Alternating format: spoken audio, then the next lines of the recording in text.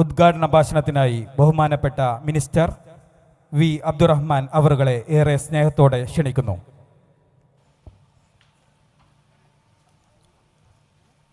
ഏറ്റവും സ്നേഹം നിറഞ്ഞ സഹോദരി സഹോദരന്മാരെ, തിരൂർ SSM പോളിടെക്നിക്കിനെ സംബന്ധിച്ചിടത്തോളം ഏറ്റവും അഭിമാനം നൽകുന്ന ഒരു ദിനത്തിലാണ് നാം എല്ലാവരും ഉള്ളത്.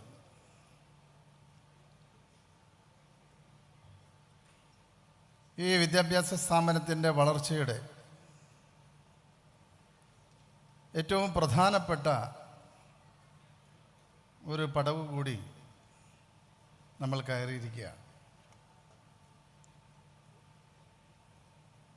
ഇന്ന് ഉദ്ഘാടനം ചെയ്യപ്പെട്ട അക്കാദമിക് ബ്ലോക്ക് അത് നമ്മുടെ പുതിയ തലമുറക്ക് അവരുടെ ജീവിതത്തിൽ ഏറ്റവും നല്ല കരിയർ സമ്മാനിക്കാൻ കഴിയുന്ന ഒന്നാണ്. ബഹുമാനപ്പെട്ട സയ്യിദ്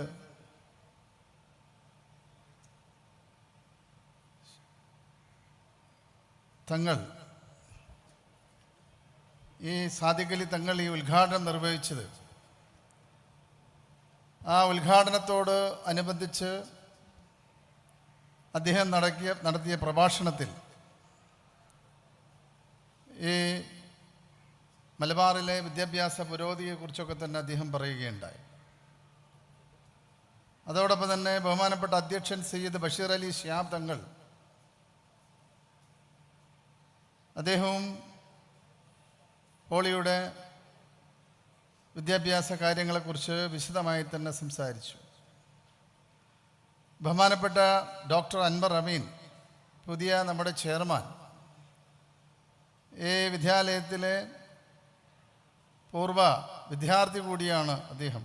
അദ്ദേഹത്തിൻ്റെ നേതൃത്വത്തിൽ ഈ സ്ഥാപനം ഇനിയും ഉയരങ്ങളിലേക്ക് വരുമെന്ന കാര്യത്തിൽ ഒരു സംശയമില്ല.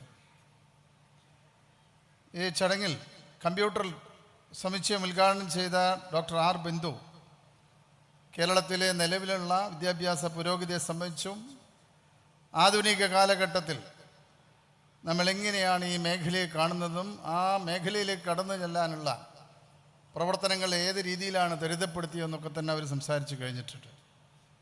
ഇന്ന് നമ്മോടൊപ്പം ഈ സ്റ്റുഡിയോ ഉദ്ഘാടനം ചെയ്യുന്ന ഏറ്റവും ബഹുമാനപ്പെട്ട പ്രതിപക്ഷ ഉപനേതാവ് ബഹുമാനപ്പെട്ട PK കുഞ്ഞാലിക്കുട്ടി സാഹിബ്, വേദിയിലുള്ള MLA-മാരായിട്ടുള്ള ശ്രീ കുറുക്കോളി മൊയ്തീൻ, മുൻ വിദ്യാഭ്യാസ മന്ത്രി PK അബ്ദുറബ്, മുൻ MLA ശ്രീ അബ്ദുറഹ്മാൻ രണ്ടത്താണി അടക്കം നഗരസഭയിലെ തദ്ദേശ സ്വയംഭരണ സ്ഥാപനങ്ങളെയും പ്രതിനിധികൾ, ഏറ്റവും ബഹുമാന്യരായ രാഷ്ട്രീയ പാർട്ടിയുടെ പ്രതിനിധികൾ, ഏറ്റവും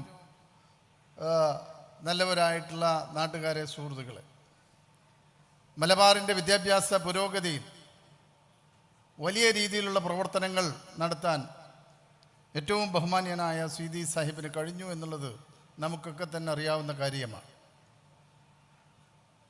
മുസ്ലിം സമുദായം വിദ്യാഭ്യാസപരമായി പിന്നോക്കമായിരുന്ന ഒരു കാലഘട്ടത്തിൽ അവരെ മുന്നോട്ട് നയിക്കുന്നതിന് ധാരാളം കാര്യങ്ങൾ ചെയ്യാൻ അദ്ദേഹത്തിന് കഴിഞ്ഞിട്ടുണ്ട്. ഗാന്ധിജിയോടൊപ്പം തന്നെ പ്രവർത്തിച്ചിട്ടുള്ള സീതി സാഹിബിൻ്റെ പ്രവർത്തനങ്ങളെക്കുറിച്ചൊക്കെ തന്നെ നമുക്ക് ധാരാളം അറിയാവുന്നതാണ്. പക്ഷേ നവോത്ഥാന കാലഘട്ടത്തിൽ പ്രത്യേകമായും വിദ്യാഭ്യാസ പുരോഗതി, പ്രത്യേകിച്ച് മലബാറിനെ കുറിച്ച് അദ്ദേഹം നല്ല രീതിയിൽ തന്നെ പഠിക്കുകയും അദ്ദേഹത്തിൻ്റെ പ്രവർത്തന മേഖല മലബാറിലേക്ക് മാറി എന്നുള്ളതാണ്. ഫാറൂഖ് കോളേജിൻ്റെ ആ കോളേജ് സ്ഥാപിക്കുന്നതുമായി ബന്ധപ്പെട്ടുള്ള കാര്യങ്ങളൊക്കെ തന്നെ ചരിത്രം തന്നെ പറയുന്ന ധാരാളം കാര്യങ്ങളുണ്ട്. ഇന്ന് രാജ്യത്ത് തന്നെ ഉയർന്ന നിലവാരം പുലർത്തുന്ന വിദ്യാഭ്യാസ സ്ഥാപനങ്ങളുള്ള ഒരു സംസ്ഥാനമായി കേരളം മാറിയിട്ടുണ്ട്. ഈ പുരോഗതിക്ക് അടിസ്ഥാനപരമായിട്ടുള്ള കാര്യം പൊതുവിദ്യാലയ സ്ഥാപനങ്ങൾ മാത്രമൊന്നുമല്ല. പൊതുവിദ്യാഭ്യാസ സ്ഥാപനങ്ങൾ ഏറ്റവും നല്ല രീതിയിൽ പ്രവർത്തിക്കുന്നു എന്നുള്ളത് തന്നെയാണ്. 57-ലെ ആദ്യത്തെ ഗവൺമെൻറ് വന്നതിന് ശേഷം ധാരാളം കാര്യങ്ങൾ പൊതുവിദ്യാഭ്യാസ മേഖലയിൽ ഉണ്ടായിട്ടുണ്ട്. പക്ഷേ അതോടൊപ്പം തന്നെ സ്വകാര്യ വിദ്യാഭ്യാസ സ്ഥാപനങ്ങൾ നടത്തിയ പ്രവർത്തനങ്ങൾ എന്നും കേരള വിദ്യാഭ്യാസ മേഖലയിൽ ഉയർത്തിക്കാണിക്കാൻ പറ്റുന്ന ഒന്നാണ്. ഈ ഒരു പ്രവർത്തനം കൂടിയാണ് കേരളത്തിലെ സമൂലമായിട്ടുള്ളൊരു മാറ്റമുണ്ടാക്കാൻ നമ്മളെ സഹായിച്ചത്. ഇന്ന് രാജ്യത്ത് തന്നെ അറിയപ്പെടുന്ന വിദ്യാഭ്യാസ സ്ഥാപനങ്ങളുള്ള ഒരു സംസ്ഥാനമായി നമ്മൾ മാറി. ഇന്ന് ലോകത്തിലെ ഏത് കോണിൽ മലയാളികളെക്കുറിച്ച് അറിയണമെങ്കിൽ അവരുടെ വിദ്യാഭ്യാസ യോഗ്യതയാണ് ആദ്യം നമ്മൾ കാണുന്നത്. കഴിഞ്ഞ 4 വർഷത്തെ കണക്കെടുത്ത് പരിശോധിച്ചാൽ അതിൽ നമുക്ക് കാണാൻ കഴിയുന്ന ഏറ്റവും പ്രധാനപ്പെട്ടൊരു കാര്യം 6 ലക്ഷത്തിലധികം വരുന്ന കേരളത്തിലുള്ള ചെറുപ്പക്കാർ ഇന്ന് വിദേശ രാജ്യങ്ങളിൽ തൊഴിലോ അല്ലെങ്കിൽ ഉന്നത വിദ്യാഭ്യാസത്തിനോ വേണ്ടി പുറത്തുപോയി എന്നുള്ളതാണ്. അതിലൂടെ നാം കാണുന്ന മറ്റു പ്രധാനപ്പെട്ടൊരു കാര്യം ലോകത്തുള്ള ഏത് വിദ്യാഭ്യാസ സ്ഥാപനങ്ങളായാലും തൊഴിലിടങ്ങളുമായാലും അവിടങ്ങളിലൊക്കെ തന്നെ എത്തിപ്പെടാൻ പ്രാപ്തിയുള്ള അടിസ്ഥാന വിദ്യാഭ്യാസ യോഗ്യത ലഭ്യമാക്കാൻ കേരളത്തിന് കഴിയുന്നു എന്നുള്ളതാണ് ഏറ്റവും പ്രധാനപ്പെട്ട ഒരു കാര്യം. ഇത് നമ്മളെ സംബന്ധിച്ചിടത്തോളം ഏറ്റവും അഭിമാനം നൽകുന്ന ഒന്നാണ്. ഇവിടെ ഒരു കാലത്ത് ഇംഗ്ലീഷിനോടുള്ള ഇംഗ്ലീഷ് നേടുന്ന ഒരു വിമുഖത ഏറ്റവും നല്ല രീതിയിലുണ്ടായിരുന്നു. ആ കാലഘട്ടത്തിലാണ് സിദി സാഹിബിൻ്റെ പ്രവർത്തനം ആരംഭിക്കുന്നത്. മുസ്ലിം സമുദായത്തിൽ ഇംഗ്ലീഷിലെ വിമുഖത മാറ്റിയെടുക്കാൻ അദ്ദേഹത്തിൻ്റെ പ്രവർത്തനത്തിൽ കഴിഞ്ഞിട്ടുണ്ട്. എനിക്ക് തോന്നുന്നു ക്രിസ്ത്യൻ മിഷണറിയോടൊപ്പം തന്നെ സിദി സാഹിബിനെ പോലുള്ള മഹാരഥന്മാരുടെ പ്രവർത്തനം മലബാറിനേറെ സംഭാവന നൽകിയിട്ടുണ്ട്. ഇന്ന് സംസ്ഥാനത്തും രാജ്യത്തും തന്നെ ഏറ്റവും കൂടുതൽ വിജയം നേടുന്ന പെൺകുട്ടികൾക്ക് വിദ്യാഭ്യാസം നൽകുന്ന കാര്യത്തിൽ ഒക്കെ തന്നെ നമുക്ക് വലിയ രീതിയിൽ മുന്നോട്ട് പോകാൻ കഴിഞ്ഞിട്ടുള്ളത് ഇത്തരം പ്രവർത്തനങ്ങളുടെ ഭാഗമായിട്ടാണ് എന്നുകൂടി ഈ അവസരത്തിൽ പറയാൻ ആഗ്രഹിക്കുകയാണ്. ഇവിടെ എന്നിൽ അർപ്പിതമായിട്ടുള്ള കടമ എന്നുള്ളത് NBA സർട്ടിഫിക്കറ്റ് കൈമാറലാണ്. എനിക്ക് തോന്നുന്നു രാജ്യത്ത് തന്നെ വളരെ കുറഞ്ഞ പോളിടെക്നിക്കുകൾക്കാണ് ഈ ഒരു സർട്ടിഫിക്കറ്റ് ലഭ്യമായിട്ടുള്ളത്.